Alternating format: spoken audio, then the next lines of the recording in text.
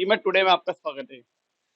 केंद्र सरकार द्वारा अफीम नीति घोषित कर दी गई है और इस अफीम नीति को जैसा कि दावा किया जा रहा था हमारे सांसद सुधीर गुप्ता द्वारा कि इस बार अफीम नीति में किसानों की संख्या 1 लाख के पार हो जाएगी और इस मामले को लेकर वे केंद्रीय वित्त मंत्री निर्मला सीतारमन से मिले और उनकी बात को केंद्र सरकार ने मान लिया और मध्य प्रदेश में ही 85,000 से बढ़कर करीब 1,20,000 तक किसान पहुंच गए हैं। अफीम नीति पर तमाम मुद्दे पर बात करने के लिए हम पहुंचे मंदसौर और हमारे बीच हैं सांसद सुधीर जी गुप्ता। सर, आपका नीमच टुडे में स्वागत है। सबसे पहले तो आपको बधाई, शुभकामनाएं कि 1 लाख से पार हो गए मध्य प्रदेश में किसान। नहीं, मन में बड़ी प्रसन्नता है और लगातार लगातार सरकार इस ओर ध्यान दे रही है और हम ये चाहेंगे कि जितने परिवार अफीम फसलों से जुड़े रहे हैं, प्राथमिक रूप से वो आने वाले 1 आध 2 साल में सारे के सारे किसान अफीम कृषक अगर उनकी इच्छाएं हैं तो वो बनने के लिए अपने को प्रस्तुत जो करते हैं उनको पट्टाधारी कहने में हमें मन में प्रसन्नता होगी। 12 कांग्रेस की सरकार थी और ऐसा कहते हैं कि उस समय किसानों की संख्या 12,000 के समथिंग सिमट गई थी। लेकिन पिछले 1 दशक के दौरान जिस तरह किसानों की संख्या बढ़ी है, वो कहीं ना कहीं एक चमत्कारिक परिणाम है, चूंकि दिग्विजय सिंह सरकार तो इस अफीम की खेती को बंद करने जा रही थी। नहीं, देखिए उन लोगों के पास अध्ययन नहीं रहता है, वो खाली सुनी-सुनाई, कही-कहाई के आधार पर करते हैं। कांग्रेस का राजनीति जातिवाद, वर्गवाद और भ्रष्टाचार युक्त व्यवस्था बनी रहती है। ये विदेशों के सामने सरेंडर होने वाली पार्टी कह सकते हैं, जो दुनिया से ही लेना चाहती है, देना नहीं चाहती है। और इसीलिए कोडीन से लेकर सब इम्पोर्ट करना, मेडिसिन बाज़ार में भारत को पीछे करना, पॉपी सीड्स को इम्पोर्ट करना। हम लगातार ये प्रयास कर रहे हैं कि हमारी विदेशों पर निर्भरता कम हो और हमारा ही भाई उत्पादन श्रेणियों में आगे आए। और इसीलिए आज 1,12,000 किसान हैं और हम तो भविष्य में हमारी इच्छाएँ तो है कि वो धीरे-धीरे 1,50,000 किसान तक हम पहुँच पाने का प्रयास करते रहेंगे। एक ये था कि आपने निर्मला सीतारमन जी से और भी 3 और मांगे रखी थी, उन पर क्या अमल हुआ है? क्या अफीम नीति में वो नजर आएंगी? नहीं, देखिए हमारी पहली मांग तो थी कि जो सीपीएस पद्धति आई इसकी प्रोसेसिंग प्लांट यहाँ चालू हो जाए ताकि अगले सालों में हम और लाइसेंस को दृढ़ता से मांग करते हुए आगे बढ़ा सकें। दूसरी हमारी मांग ये थी कि जो परंपरागत रूप से लांसिंग पद्धति से अफीम किसान काम कर रहे हैं उन कारखानों में भी उत्पादन श्रेणियाँ बढ़ जाए ताकि हम जो हमारी प्राचीन परंपरा से खेती कर रहे हैं उसको भी हम कम से कम जीवित रख सकें, संरक्षित रख सकें।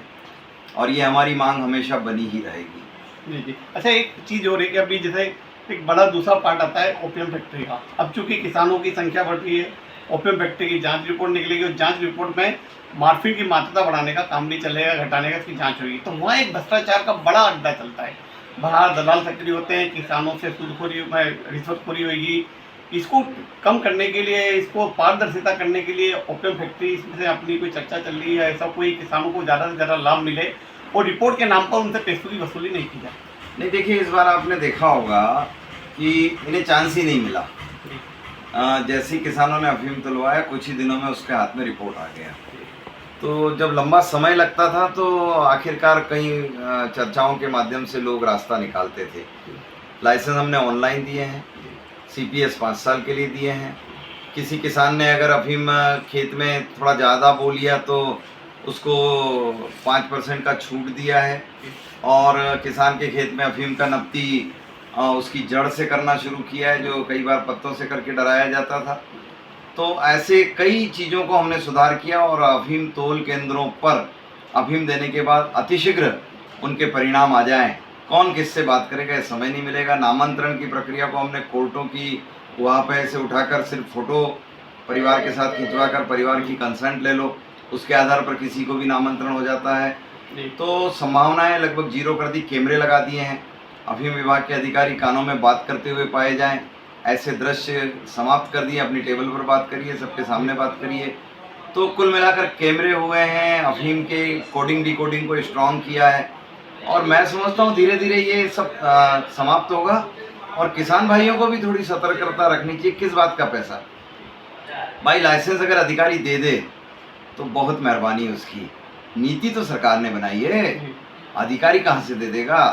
अगर नीति के विरुद्ध अधिकारी चलता है तो वो दंडित होने के लिए भी पात्र है। जी जी, एक और इस नीति को कांग्रेस के लोग गलत बता रहे हैं और इसमें 4.1 की जो मात्रता है उसका हवाला दे रहे हैं। वो कह रहे हैं कि इससे ये किसानों के हित में नहीं है, बल्कि इससे किसानों में नाराजगी बढ़ेगी। नहीं, वो तो करना उनका काम है ना, दंगा फसाद झगड़ा रगड़ा ये सब उनका काम है। पर एक आध बार अपने पूर्व नेताओं से कहलवा दो कि उनके कार्यकाल में उन्होंने क्या क्या प्रयास कर लिए थे, जरा बता दें चिदम्बरम से क्या क्या बातचीत हुई, ऐसा बता दें, ज़्यादा बढ़िया रहेगा ना, ताकि समझ में आएगा कि तुम कहाँ ले जा रहे थे और खाली माली आकर खड़े रहकर नारे लगाते हो, उससे कुछ नहीं होगा। अफीम नीति अभी भी मेरा कहना है इसमें कमियां है तो उसकी पूर्ति के लिए लड़ाई हम लड़ते रहेंगे, क्योंकि हम किसानों के बीच बैठते हैं, उनके साथ उनकी कठिनाइयों को सुनते हैं। अभी भी मुझे कुछ कहेंगे तो मैं तो 18, 19, 20, 21, 22 को दिल्ली ही रहने वाला हूँ, तो जो कमियां अभी भी रहेगी हम उसके निदान के लिए लगातार सरकारों के समक्ष किसान भाइयों का पक्ष रखते रहेंगे, क्योंकि हम उनके प्रतिनिधि हैं। ठीक, धन्यवाद सर। तो आप थे सांसद सुधीर गुप्ता जी, जिन्होंने बताया कि अफीम नीति को लेकर किसानों में उत्साह है और पहली बार ऐसा हुआ है कि जब 12,000 के पट्टे कांग्रेस के समय थे और अब 1,12,000 के आसपास पहुंच गए हैं, और यह एक क्रांतिकारी कदम है। और अगर इसमें अफीम नीतियों में और भी कोई कमी रहेगी तो वे आने वाले संसदीय सत्र के दौरान दिल्ली में रहकर इन कमियों को दूर किया जाएगा। न्यूज़ टुडे के लिए तबरेज आगवान के साथ राकेश।